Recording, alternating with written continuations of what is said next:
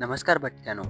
आज भटकंती मराठी तुम्हाला घेऊन आलाय कुंदानगरी बेळगावमध्ये. बेळगावची सांस्कृतिक ओळख असलेलं शापूर आणि तिथली ही प्राचीन यात्रा, शेकडो वर्षांची परंपरा, भक्तीचा कल्लोळ आणि अंगावर शहारे आणणारा थाट. आज आपण अनुभवणार आहोत शापूरची आंबिलगाडे आणि धगधगत्या इंगळ्यांची जत्रा. यात्रेच्या पहिल्या दिवशी शापूरच्या कल्याणमध्ये आंबिलगाड्यांची धूम असते. या परंपरेत एक वेगळी शिस्त आणि भक्ती पाहायला मिळते. घरोघरी आंबील आणि घुगऱ्यांचा प्रसादाचं वाटप केलं जातं.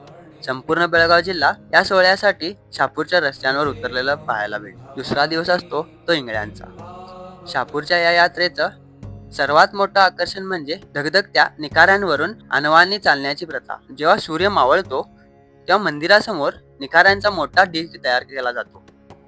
हे लाल बुंद निखारे पाहून काळजाचा ठोका चुकतो, पण भक्तांची श्रद्धा त्याहून मोठी असते. हजारो लोकांच्या जयघोषात भाविक या विस्तावावरून सहजपणे धावून जातात. ही केवळ प्रथा नाही, तर ही आहे या मातीची अस्मिता आणि देवावरील अतूट विश्वास. बेळगावच्या शापूरची ही यात्रा म्हणजे सीमेवरच्या मराठी संस्कृतीचा एक जिवंत पुरावा आहे. तुम्हाला ही परंपरा आणि आमचा प्रयत्न कसा वाटला हे कमेंट्स मध्ये नक्की सांगा.